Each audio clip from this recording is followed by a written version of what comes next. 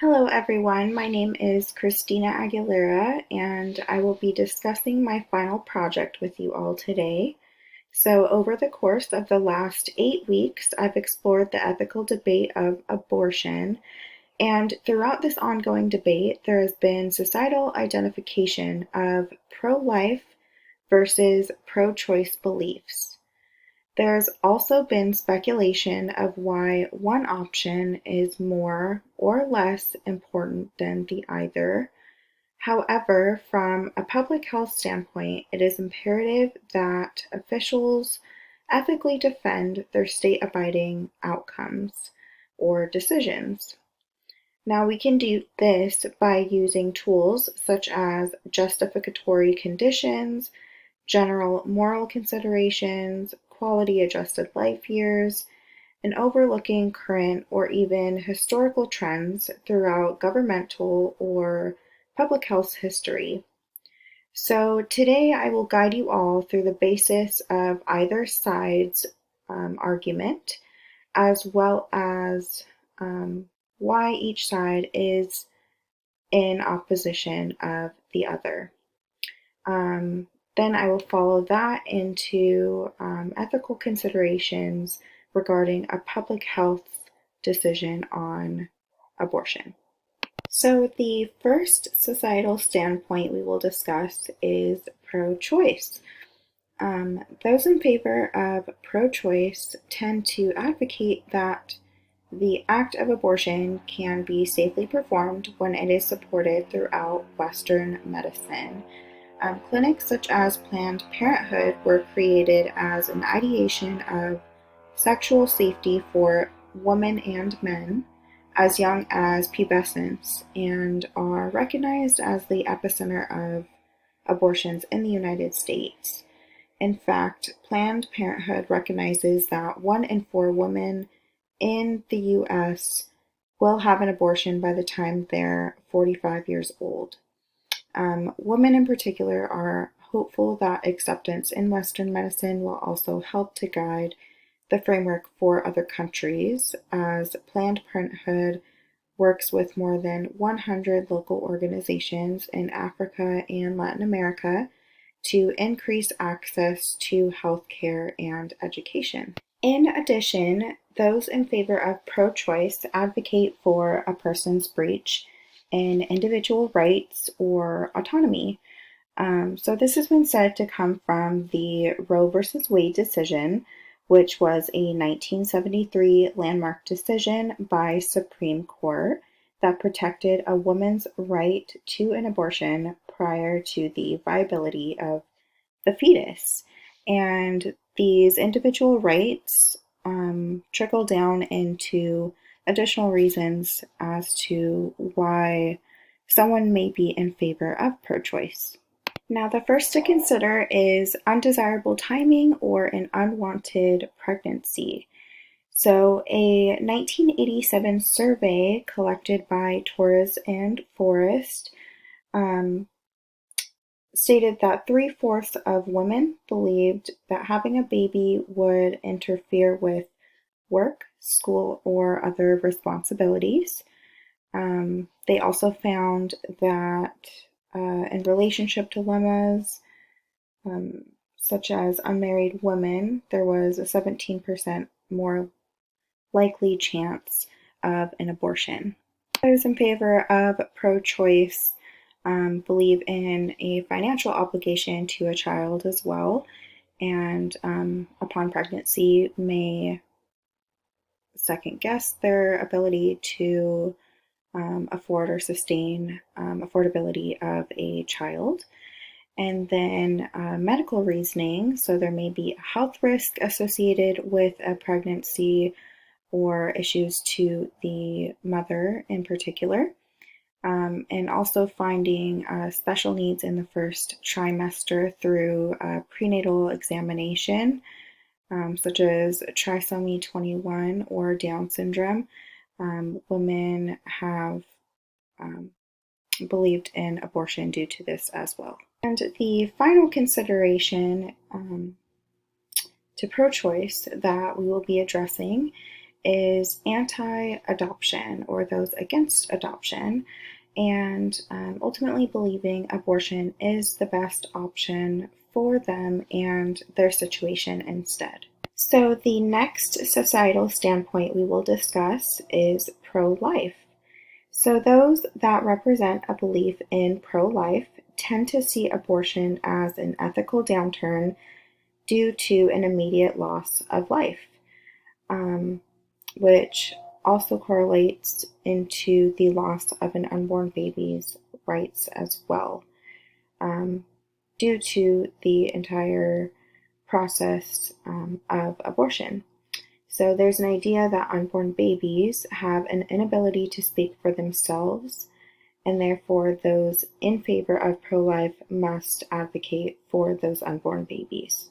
In addition, those that advocate for pro-life believe that there is a moral obligation to sustaining life based on God's wishes and references to the Bible. So, in the Bible's first book of Judges, it is said that God saw corruption in the city of Sodom. Sodomites robbed travelers and held them captive and were very proud of being evil. Um, so, in a neighboring city of Canaan, the Canaanites recognized and duplicated these acts, despite the fact that they knew God would eventually come to judge that evil. Yet they essentially acted upon visitors the same way the Sodomites did to theirs, but they also wanted to display their own pride for their city and sacrificed newborn babies to false idols. They would roll these babies into a pit of fire and thought that it would bring good luck to the rest of their family. But God gives us an insight as to why the act of abortion would be morally wrong due to the history of the Sodomites and Canaanites.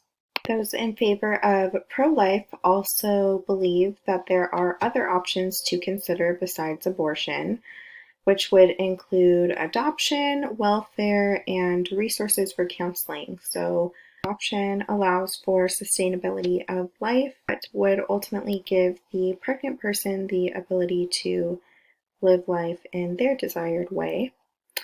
And the next would be welfare. So it could provide assistance with childcare costs for someone who may be afraid of that financial burden of a child. It gives the ability to have a parent or parents go to school or work full time. There's also WIC, which is for Women, Infant, and Children. It's a program for counseling, food, and supplies. And then also tying into that is food stamps, which are coupons for food, including free food for those in the household, and housing. So, public or renting reimbursement. So public housing is a government supplied living, for example, an apartment that is available for rent based off of income, and the rent is therefore calculated based on housing size and income as well. And for renting reimbursement, you are able to get a rental home or apartment of your choice, and the government then gives you a housing credit in the form of a check to give to your landlord each month. Um, and then following that, there are resources for counseling, including personal or relationship with a psychologist. So, after considering a pro choice belief and furthermore a pro life belief, um, us as ethical determiners in public health are able to begin to identify some ethical dilemmas regarding our given subject, in this case, abortions. So, abortions rose 120% from 2009 until 2018. Unfortunately, since documentation of abortion is not mandated, we cannot identify if this percentage would be accurately stated or if there has indeed been even more of an increase from 2009 to 2018. But based on the information we have, it looks like abortions have rose 120% in 9 years. So, in public health, from our standpoint, this begins some questions in our own heads, such as, is this information beneficial or harmful regarding the safety of the affected, such as pregnant women and unborn babies? And ultimately, is this going to be beneficial or harmful to our society?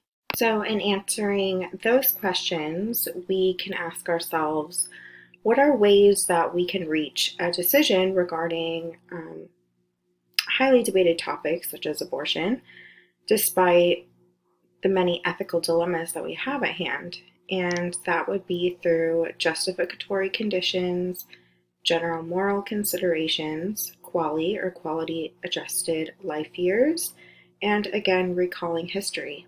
So, as we're regarding a most recent abortion scenario, in the state of Texas, abortions that were not medically necessary showed a 38% decrease throughout the time of the pandemic. So, during the most recent COVID-19 pandemic, Texas initiated an executive order ban from March 22nd, 2020 to April 21st, 2020 on abortions that were not medically necessary.